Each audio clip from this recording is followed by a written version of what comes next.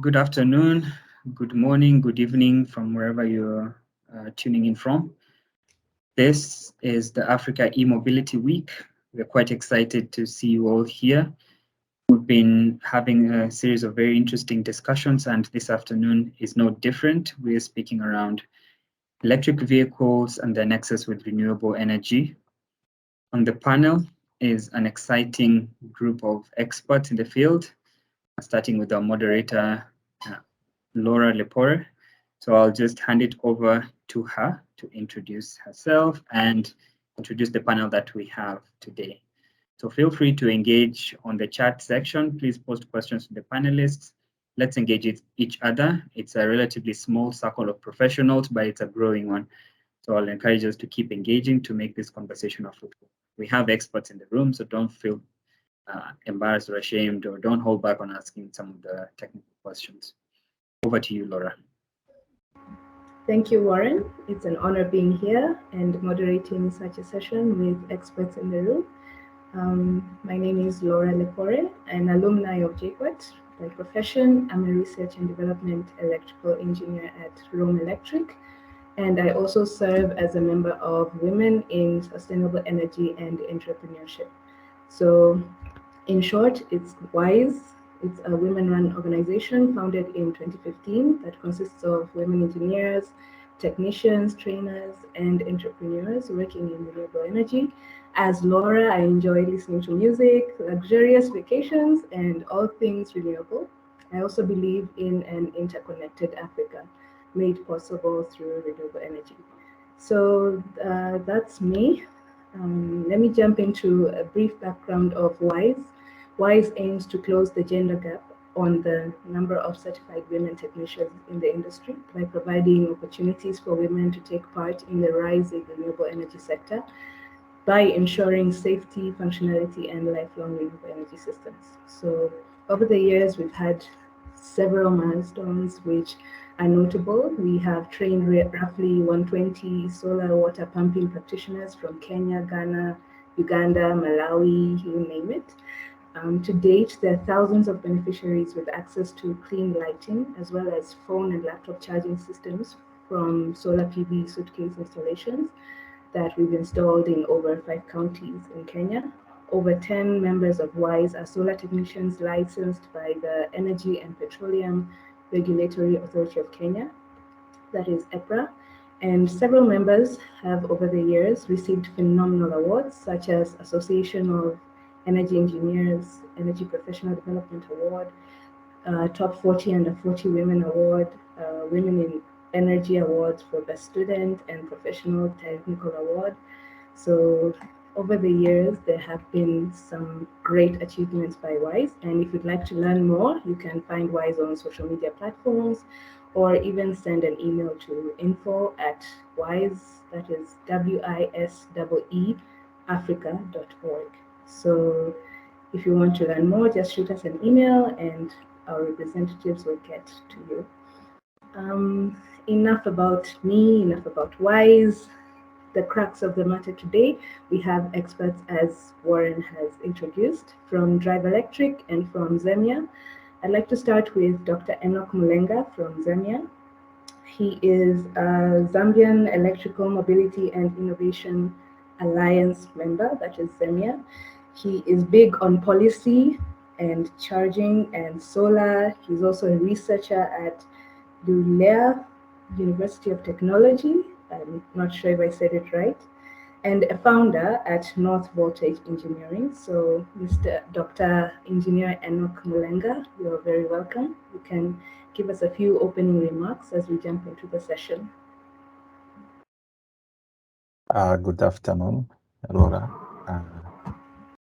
Good afternoon, everyone. I am Dr. Engineer Enoch Mulenga, as it has been mentioned already. Basically coming from Zemia and also a researcher at Luleå University of Technology. So the correct pronunciation is Luleå.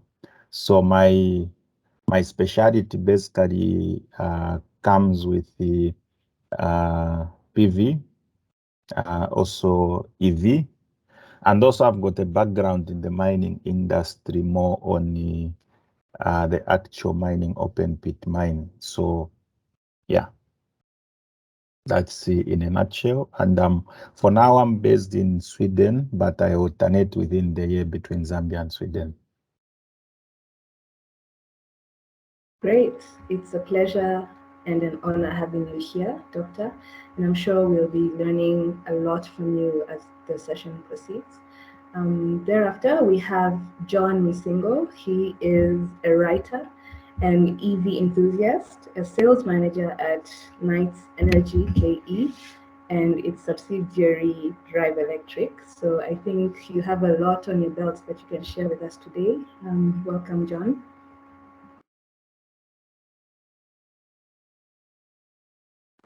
I think you're muted. Oh, yeah. Thank you very much, Laura. Yeah, as has been said, my name is John Singo, Sales and Marketing Manager at Knights Energy. Knights Energy is a solar engineering, procurement, and construction company with a presence in Kenya, Uganda, and Tanzania. We entered e-mobility through our subsidiary, Drive Electric. Yeah, we were the first company to import, own, and use an electric vehicle back in 2016. Our founder, Mr. Romano, is a very visionary person. And you can imagine from 2016 bringing in an electric vehicle. So we've, through the years, we've been through a lot, we've seen a lot, and I'm happy to, as the session continues, to share those experiences. Thank you. Thank you very much. Very nice background of where you work and who you are. I'd like to jump in and engage Dr. Enoch Mulenga. If I understand that you have a presentation for us regarding EVs and renewables, with your research background and your continuous researching, I think I saw a website with your bio, and so I was very intrigued. You have achieved so much over the years, and I'd like to engage you to share. Let's jump into your presentation. If it's possible to share your screen.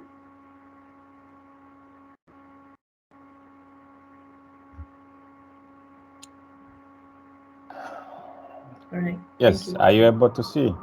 Yes. Okay. So basically, like I said, I come from two organizations, Rural University of Technology and also Zemia. Zemia, which is based in Zambia, the Zambia Electric Mobility and Innovation Alliance, whose mandate to see that we move towards the direction that other African countries want to achieve. So my presentation is basically small. To begin with, why EV technology to do with the electromobility?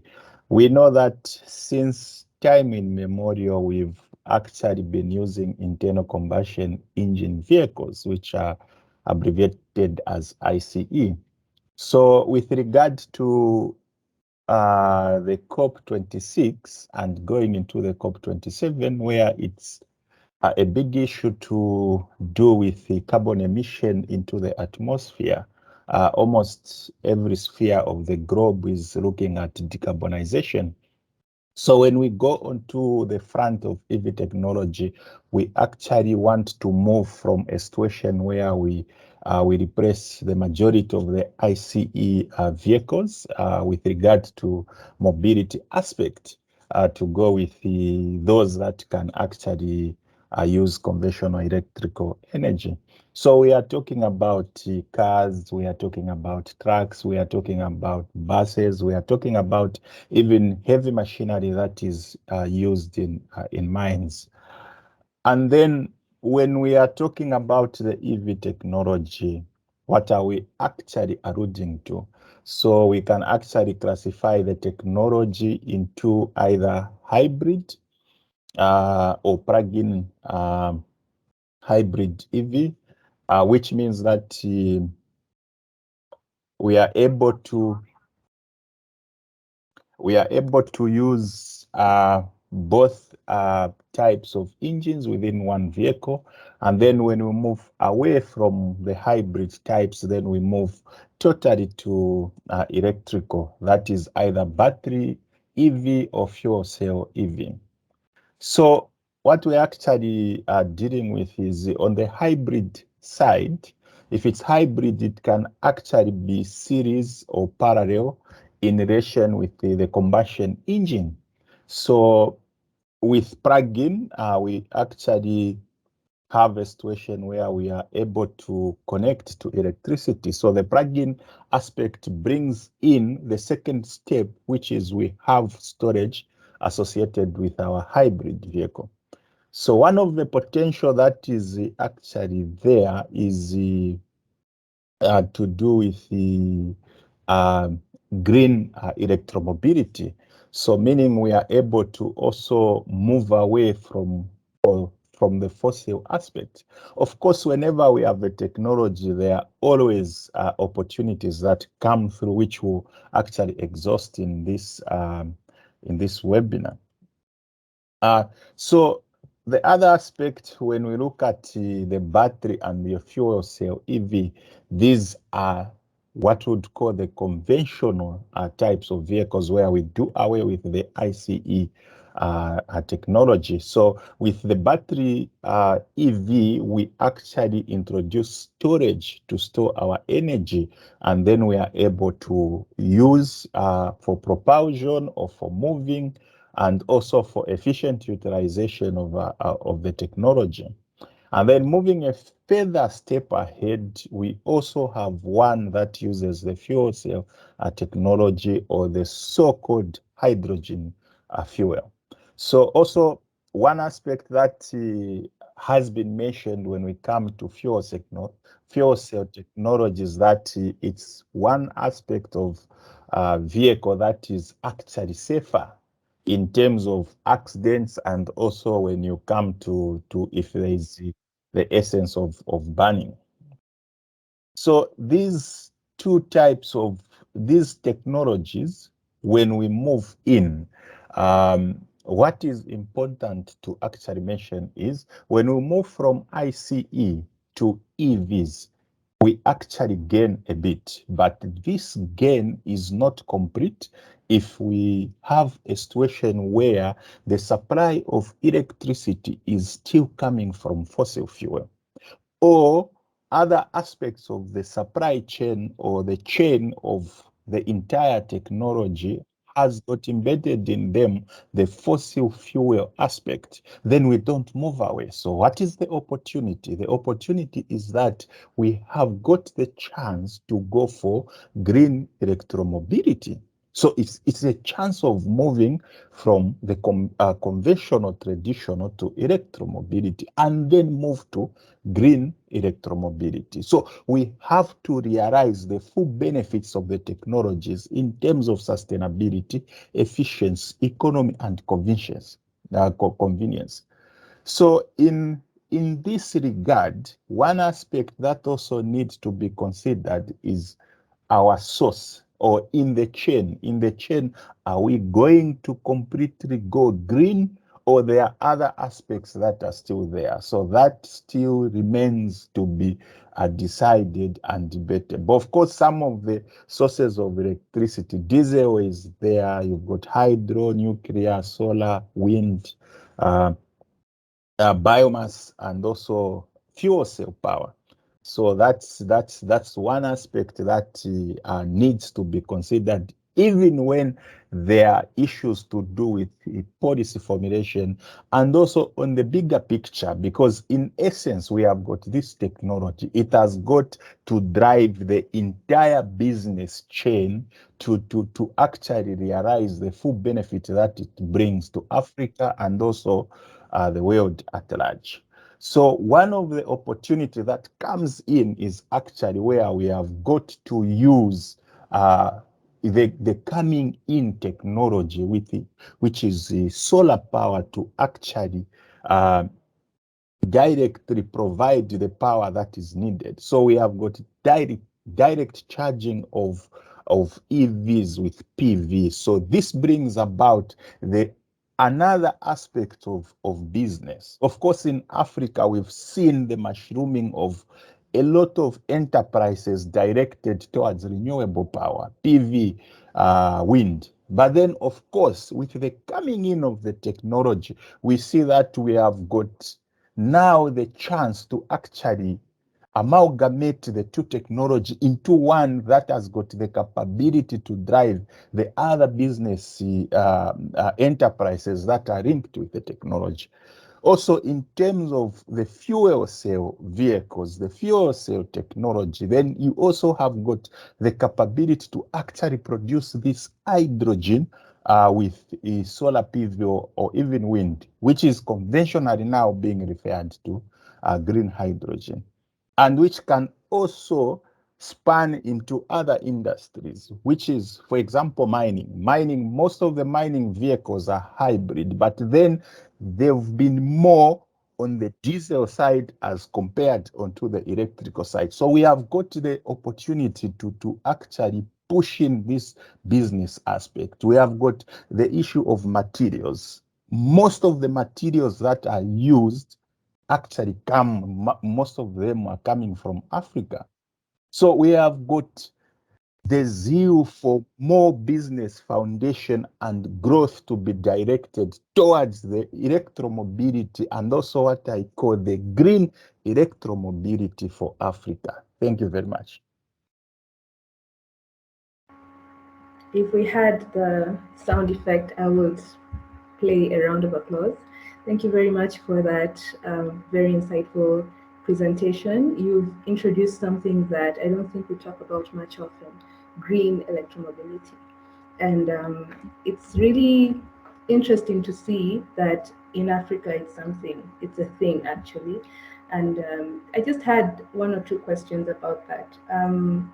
You've spoken about those technologies like fuel cell batteries or fuel cell EVs and the hybrid EVs. What's hindering the large-scale implementation of these projects? Is it the lack of labor? Is it the lack of funding? Is it the costs? Is it the lack of demand in Africa? What could be hindering uptake of these technologies? The genesis of all this technology centers more on the policy direction.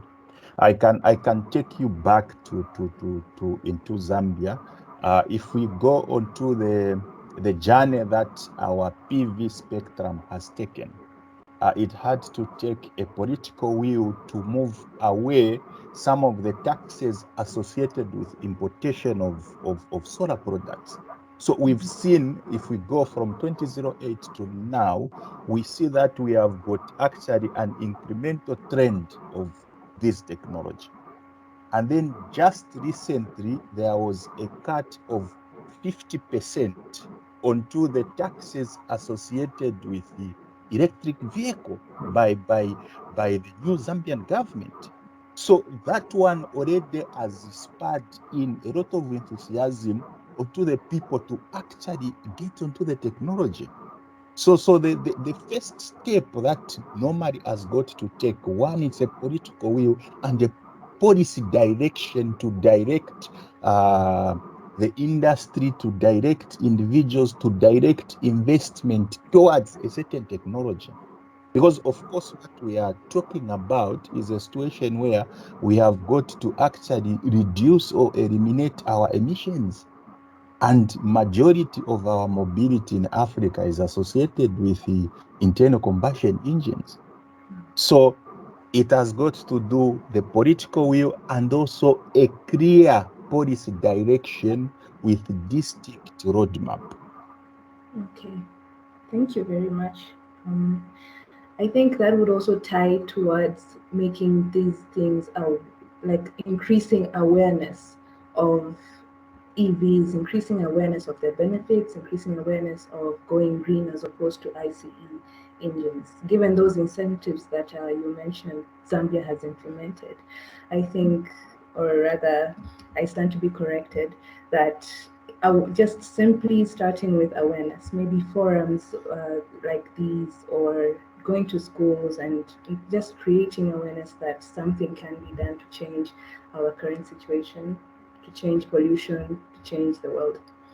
So I also wanted to ask the steps Zambia has taken to promote EV uptake so far. This can be a lesson that we can learn as Kenya, as Africa.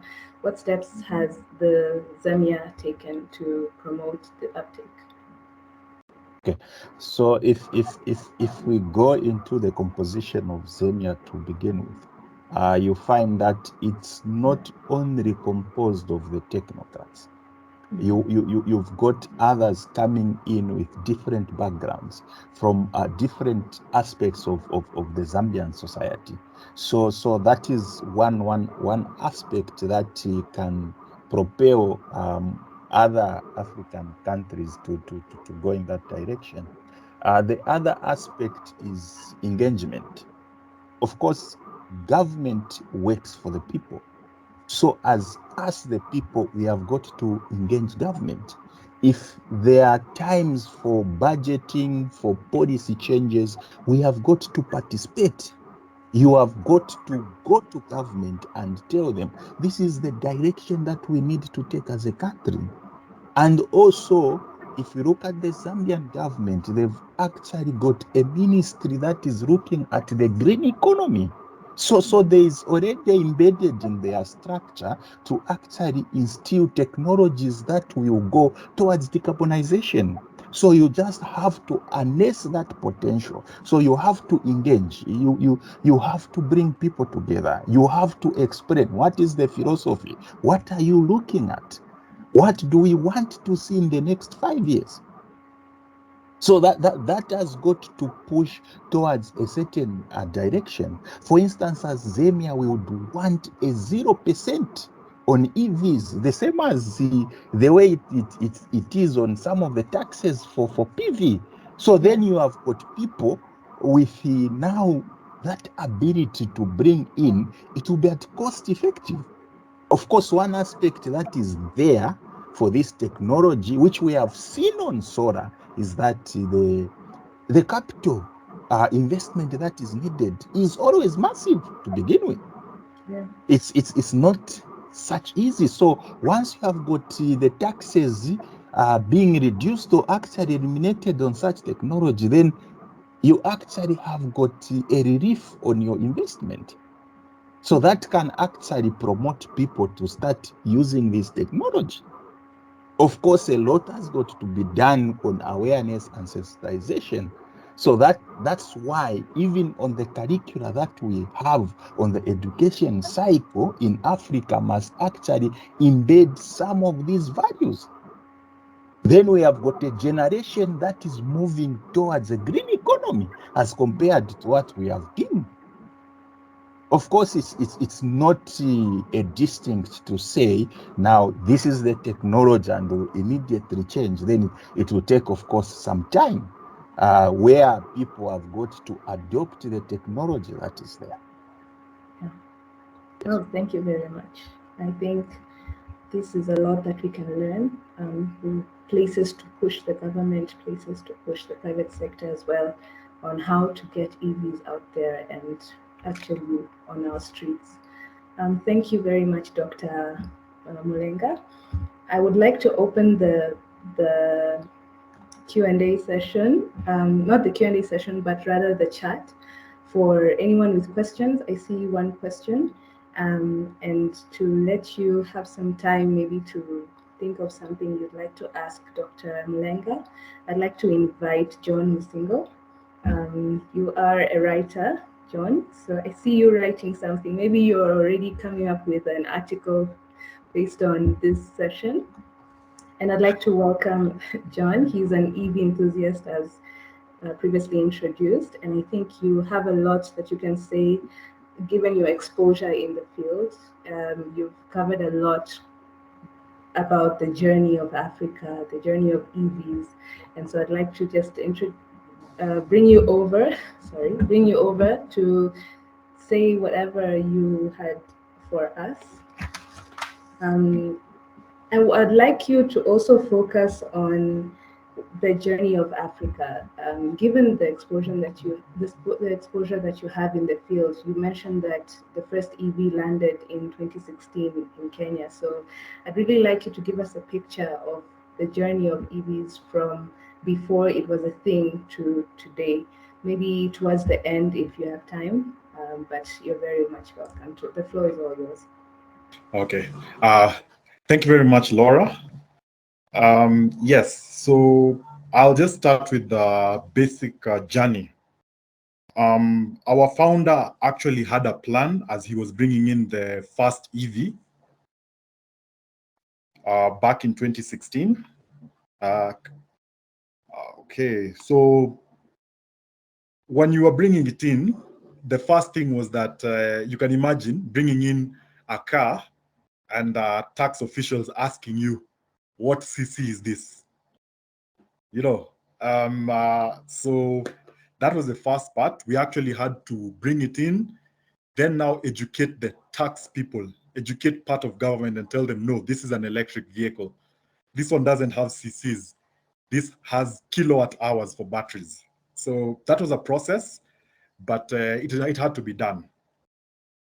In 2017, we followed up by looking at the policy and the infrastructure. So the policy basically was talking to the relevant stakeholders. And in the relevant stakeholders, we're talking about people like KEBS. KEBS is the Kenya Bureau of Standards. One of the easiest and in fact quickest ways to end the EV revolution will be to bring in substandard goods. If we bring in goods that have no standards and let's say like you hear in the news that someone's vehicle caught fire, that will set back EV adoption 5 or maybe even 10 years. So standards is key. After talking to the standards issue, we went to now piloting. Piloting in the sense that we had already brought in a car in 2016. We brought in more and we started using it ourselves. So we're a solar engineering company and we have 2 electric vehicles. And those 2 electric vehicles are what we use on our day-to-day runs. So if we have a site that people need to go to, they go with the EV. I don't know if Dr. Mulenga was reading my mind or something, but Dr. Mulenga, we actually have a solar carport in our office. So what happens is that we actually use some of the electricity from the sun to power our mobility.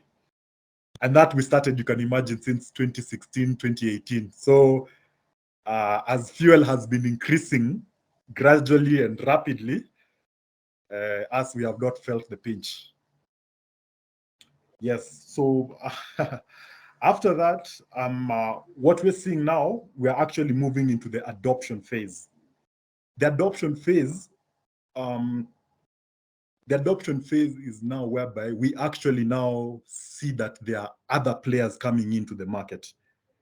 And I'm sure you can attest to Kenya. I think there are about 20, I think around 20 or 30 electric mobility companies in the country right now as we speak. So that is actually a very good thing.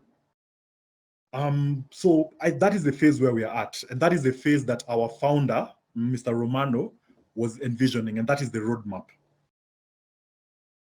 So now, what next? I guess that will be the question. What next for me would be financing. Financing would be one of the biggest issues.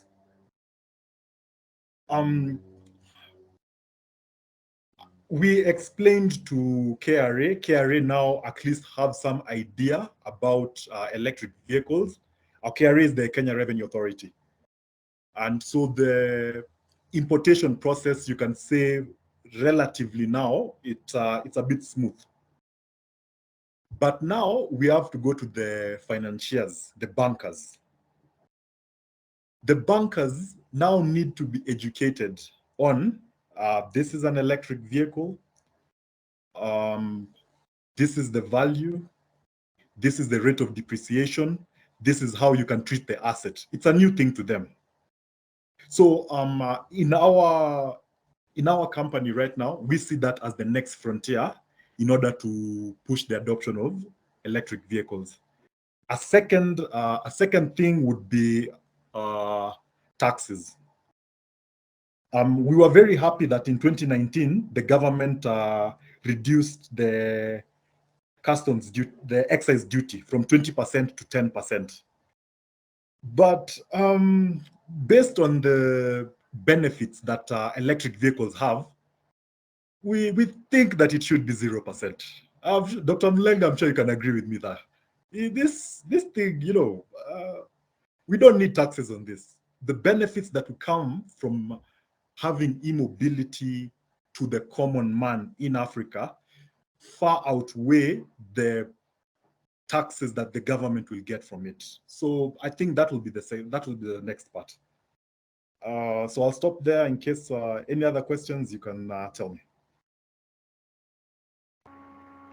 Thank you. I hope we have representatives from KRA to hear that it should be 0%, given that you can't really, and I agree, you can't really outweigh the ecological benefits of EVs and money. So thank you, John. I'd really like to talk about how you've incorporated renewables to your charging infrastructure. So is it something that you would say that if you're gonna go into EVs, then make sure you have a solution? Yes, you brought a car, but can you charge it? You've brought a motorcycle, can you charge the battery? So is it something that from whatever you've seen out there, you can like advise people to embrace, not just solar, but have you seen other renewables that people can take charge of and provide that charging solution?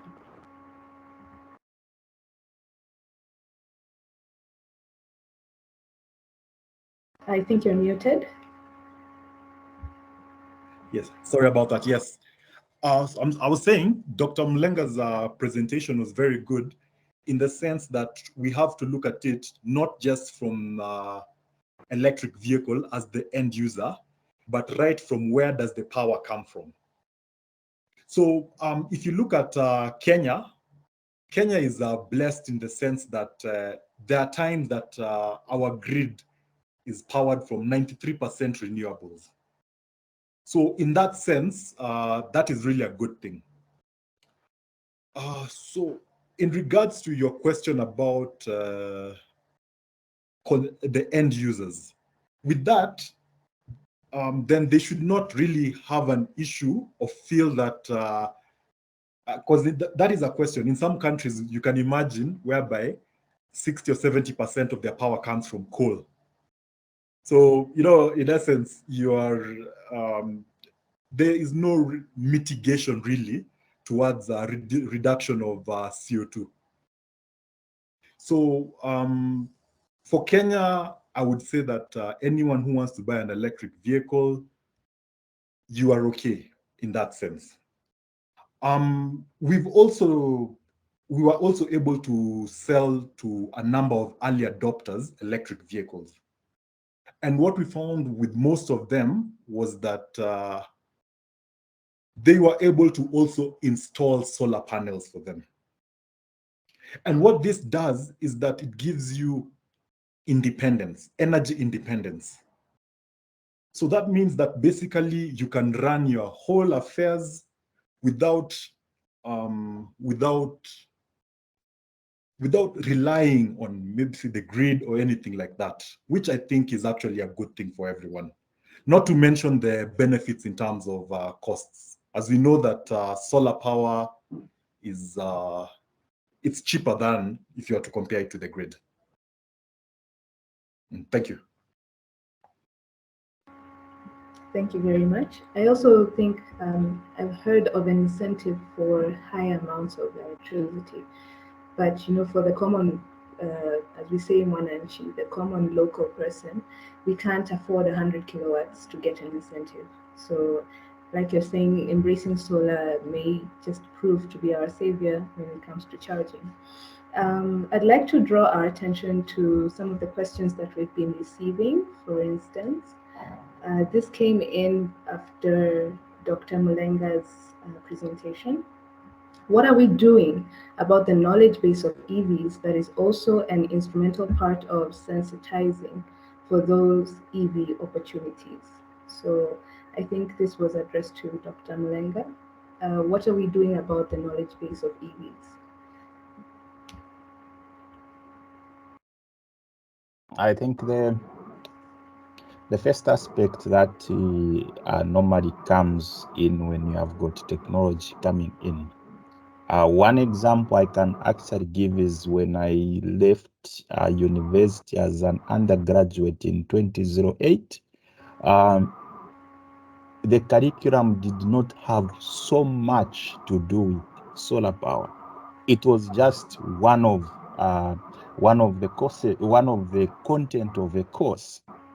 But when I went back to lecture, solar power actually had a course that actually brings about the knowledge to the undergraduates.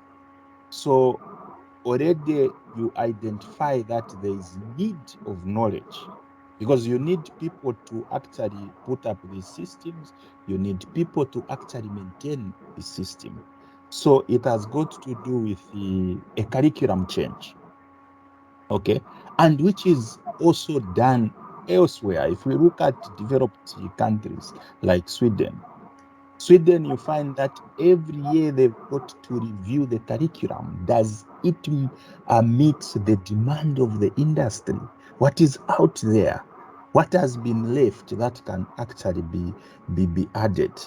So that has got to be done. And then the other aspect also is you have got to be exposed to these technologies. So there should be a deliberate policy by the government also to train a group of people in the technology, because individual efforts we have got to be supplemented by government efforts also as a deliberate thing. They should send people to go and learn about solar. They should send people to go and learn about EV technology. They should send people to go and learn about the value addition, the business aspect, because the whole true life cycle of the product has got the financial incentive that is attached to it. Also has got an investment incentive attached to it. So it has got to be approached in a very holistic view, such that the gap that is there has got to be quantified, and it has got to be measurable measures taken to actually narrow that gap. Well said. Thank you very much. I think I do also agree with you. Yeah, just getting Laura, yeah. Yeah, if I can just jump in. Yeah, please do. In terms of training. So I did not add that, but that is something that we are seeing is actually a need for the industry. And I think I'll actually answer one of the chat questions I saw that is there as well. So what our company has done is that we've actually partnered with trainers in India, and we'll be bringing in the trainings from different parts of the value chain. You see, and I'll say this is not just about engineers being trained or technicians being trained. We're building a whole ecosystem here. You need bankers who understand what an EV is. You need insurance people who understand what an EV is. You see, and we are glad that in terms of the solar space, we actually see that the financial institutions and have actually caught up. But for electric mobility, it's still a bit wanting. That is the truth of the matter. And so we've actually we've brought in some trainers. In the coming few months, we will be rolling out those programs. Thank you. Wow, then this is something to look out for. You've had it here, Drive Electric is bringing in trainers, and is there a way that we can get those trainings, or should we look out for an advert? How would you suggest? We'll have a side chat with Warren about that. I'm sure he'll help me disseminate this information to the industry. All right, thank you very much. We have another question from Francois Gordon to Dr. Mlenga. Zikomo Kwambiri. Any e-dumpster truck pilot project in Zambia, or mining companies that might be interested or interesting? I think that might be interested. I think that's a very good question. If I go back to 2011, 2012, when I was working for one of the mines, we actually implemented a trolley line assist to actually help with the moving of material from the pit to the crusher. And one thing I can actually say is that we met a lot of resistance, even in the utilization of the same infrastructure. One thing that I'm pushing now, because that's one of my research profile that I've actually taken to look at the decarbonization for mining and mineral processing aspect, looking at Sweden and Zambia. So it's something that is at discussion stage now to actually put up something that will show that this is actually essential for the mines. And it has already been shown in Chile, which is one of the largest copper producing country, that it's actually essential to go green mining. So it's being supported. And also in Sweden, most of the mines have actually taken up the initiative, and they have got departments looking at the actual decarbonization aspect, because it's a big thing now. So I expect we should have a pilot program with one of the leading mining companies in Zambia to actually look at that. And it's also worth mentioning that one of the bigger mines has actually done project finalization to actually build a very large solar power plant to supply part of their mining activity. So which is one aspect that is important, because with the life cycle audits on the environmental aspect that are done yearly for mines, they stand to benefit a lot once that project is actualized, and most of the mineral processing chain is actually fed from fossil-free fuel. And the transportation part for the minerals from the pit to the crushers is one of the extensive part that uses fossil fuel. So it's one thing that is actually going to come up. Lovely. I like hearing that we're not just talking, but we're also doing as a continent and as our individual nations. Thank you very much, Dr. Mlenga. I will ask one question to John from Andy. Is there any special certificates required for importing e-motorbikes or EVs? I think since you've talked about KEBS and KRA, you may be best suited for answering this. What certificates are required for importing EVs? Currently, there are no certificates. You can import an electric vehicle exactly the same way you import a normal ICE vehicle. So there are no special requirements. All right, that's good to know. Dr. Enoch and John, this one goes to the both of you. What would be motivations by the governments of Zambia and Kenya to prioritize a decarbonization policy, among other important agendas such as industrialization, education, healthcare, etc. Yes.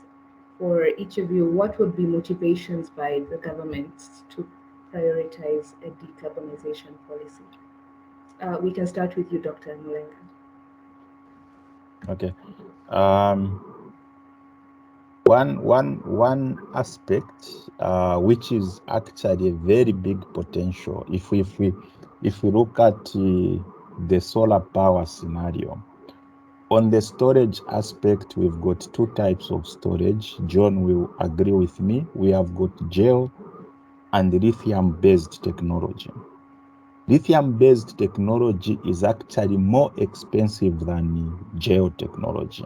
Now, when we look at the EVs, what they actually use is the lithium-based technology. And mostly at the end of life of these batteries, they are reusable. They can actually store between 70 to 90% of the charge. So these can actually move on in a value chain to become applicable for PV. So in such a way, we can actually have a huge reduction on this. Okay, that's one indirect. The first direct is to do with the carbon emissions, carbon trading. If the government and also associated companies are able to save part of their money from the carbon aspect that comes out from the life cycle assessment, that can actually be channeled to these other forms that need it. One example I can give you is, for example, in Zambia, through ZCCMIH, which is a government wing, it has got shares in the mines. So if the mines are able to meet some of these obligations and are able to get these incentives, so in the end, it's the government that benefits. And part of this money can be channeled into these other aspects of education and health. I think those are some of the two major motivations that are there. And also for sustainability, we have got to sustain where we live in for future generations to come. So if we avoid tackling this problem and look at other problems, we'll not have a sustainable environment for the coming future generations to inherit. So those are motivations enough for the government to actually look at these aspects. Yeah, I strongly agree. That also sustainability, it resonates with me because I read somewhere about CO2 footprint, where company or countries actually have a specific amount of CO2 that they're allowed to generate. I don't know whether it's within a year or 5 years or what. So going beyond that, then it makes you somehow in the bad books with the World Bank or these bigger international organizations. So I do agree. Sustainability is also a key factor that can twist the government's arm to generate a decarbonization policy. Over to you, John. Yeah, thank you. So I'll just say it straight up, it's money. Early this year, we all know what is going on in the world right now. There's a conflict in Europe. And because of that conflict, if you've gone to any fuel station right now, prices have gone crazy. In Kenya, 3 months ago, the former president actually had to sign a supplementary budget for fuel subsidies of around 35 billion Kenya shillings. That's 318 million US dollars. Now, that is money that could have been used for other developmental things. We are not, okay, we do not have a crystal ball. Maybe in 2 years or 3 years, the price of crude will have dropped or something like that. We don't know. But if you look at renewables costs are fairly constant. You can actually predict the cost of renewables over 10, 20, 15, over a long period of time. For if you look at people in the finance, let's say like your financial planners for a country, that is actually very key. We need to be able to be in charge of our own affairs. We need to be able to be energy independent. Right now, what we're having, and this is for the whole of Africa, we cannot be saying that there's sun, we have winds, we have hydro, we have all these things in Africa, but we are still reliant on fossil fuels from other continents. And those, and if anything happens to that, to those sources, direct impact on our people. So for me, that is the biggest one. I will not even add any other. That is my main point. Thank you. And also to add on, another thing is mostly when there is this direction towards adoption of such technology, the other sectors still remain priority, because education still remains priority for many African countries. Health remains a priority for many African countries.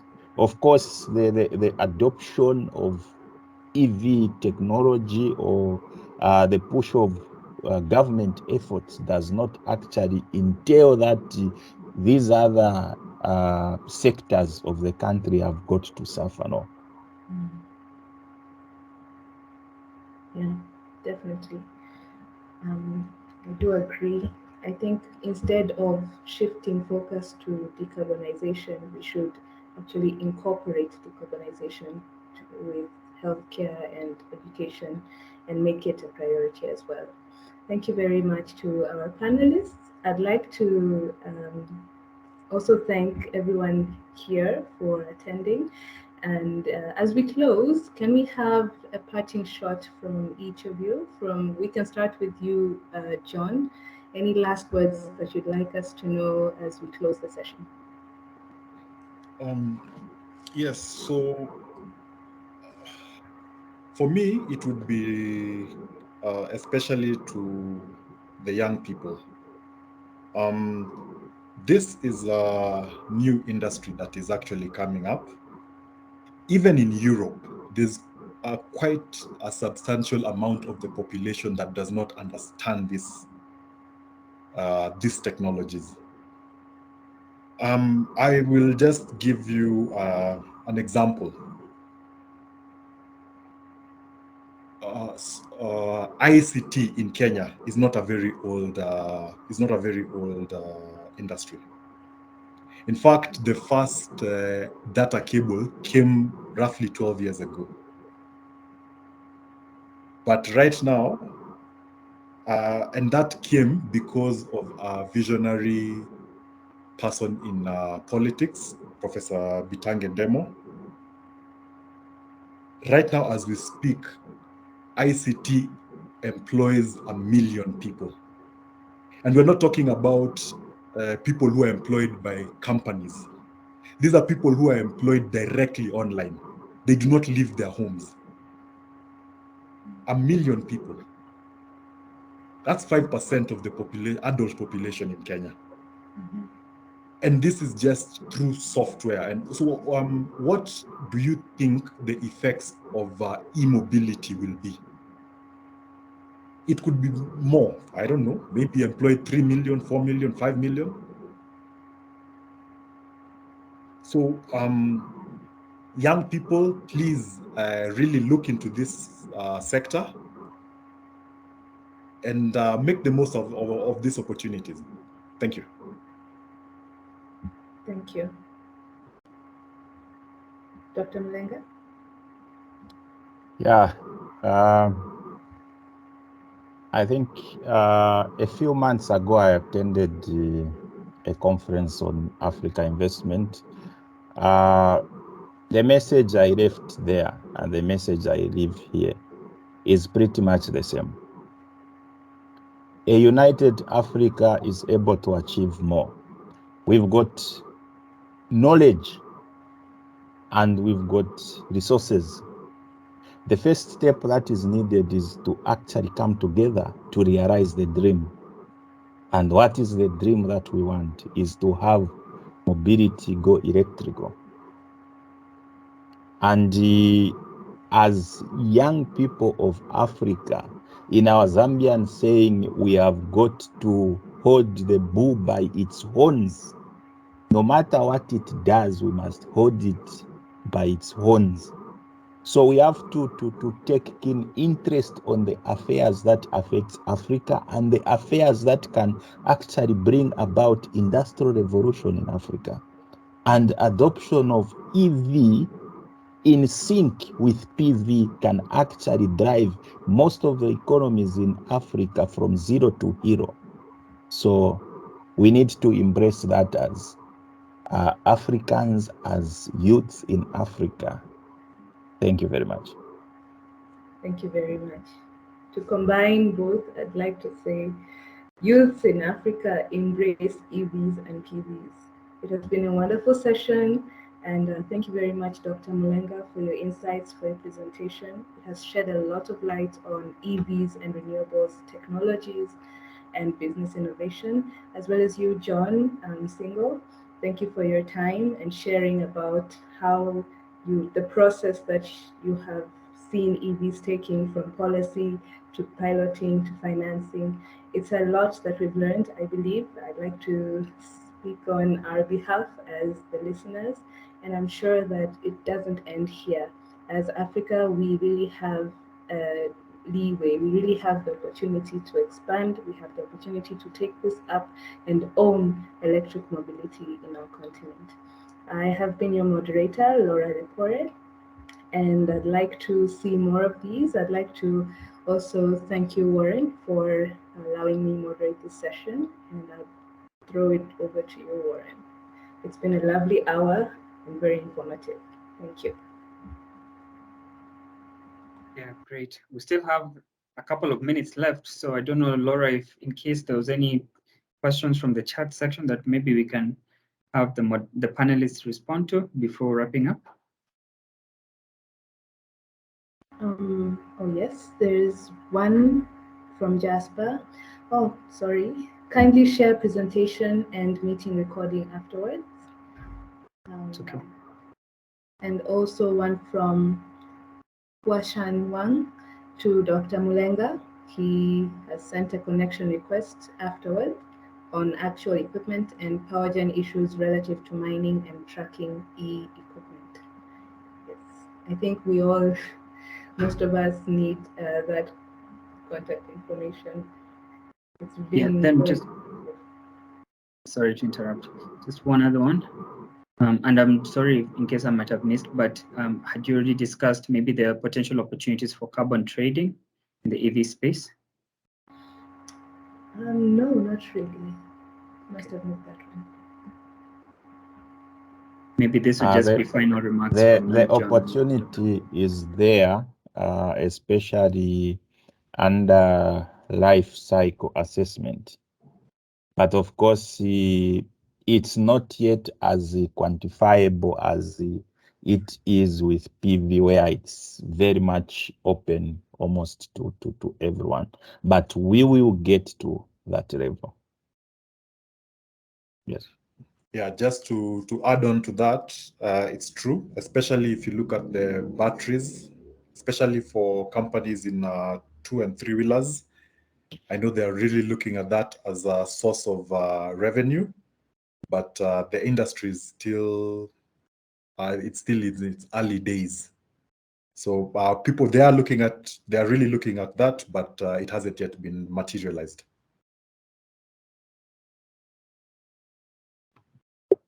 Well, okay.